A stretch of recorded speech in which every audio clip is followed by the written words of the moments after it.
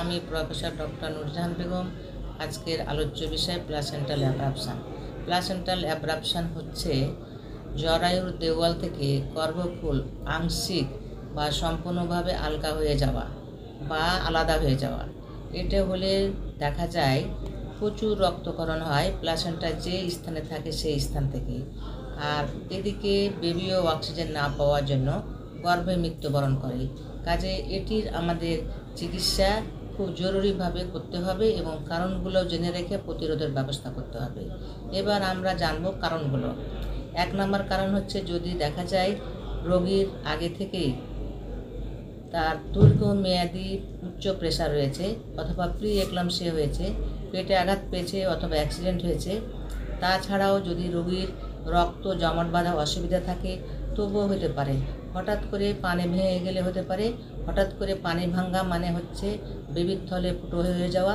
বেবির থলে ফুটো হয়ে গেলে পানির একসাথে অনেকগুলো বের হয়ে যায়, তখন নেগেটিভ প্রেসারে ফুলটা আলগা হয়ে যায়।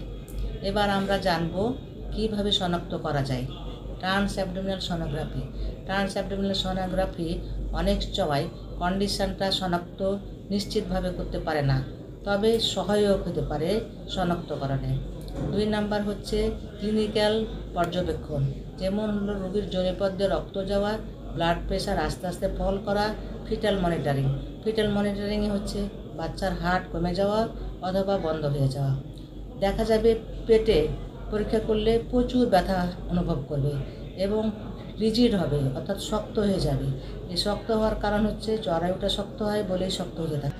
প্লাসেন্টাল অ্যাব্রাপশন ম্যানেজমেন্ট কিন্তু নির্ভর করে কতটুকু প্লাসেন্টা আলগা হলো এবং রক্তক্ষরণের পরিমাণটা কেমন সেটার উপর নির্ভর করে। তাছাড়াও বেবির হৃদস্পন্দন এবং গর্ভকালের উপরও নির্ভর করে। এখন যদি দেখা যায় যে রক্তক্ষরণটা পরিমাণটা খুবই অল্প, তবে হসপিটালে ভর্তি করে কনজারভেটিভ ট্রিটমেন্ট করা হয়।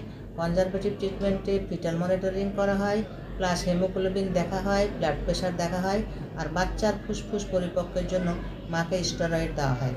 যদি দেখা যায় রক্তক্ষরণটা মারাত্মক, তারপরে দেখা যাবে রোগী শকে যাচ্ছে এবং বাচ্চার ফিটাল হার্টটা ধীরে ধীরে কমে যাচ্ছে এবং একসময় অ্যাবসেন্ট হয়ে যাচ্ছে। অ্যাবসেন্ট হয়ে গেলে বা বেঁচে থাকলে যে অবস্থায় থাকুক না কেন, দ্রুত আমাদের সিজারিয়ান সেকশন করে মার রক্তক্ষরণ বন্ধ করতে হবে এবং বেবিকে বের করতে হবে। পরবর্তীতে মাকে যথেষ্ট বিভিন্ন ধরনের চিকিৎসা দিতে হবে, যেমন শকের চিকিৎসা দিতে হতে পারে, ব্লাড সঞ্চালন করতে হবে এবং সব সময় আমাদের বিভিন্ন ভেনে তার লাইন শুরু করে রাখতে হবে, যে কোনো সময় আমাদের স্যালাইনও দিতে পারি। এবং যদি দেখা যায় রোগীর প্রেশার অনেক কমে গেছে তবে আইসিইউতে আমরা রেফার করব। আসসালামু আলাইকুম।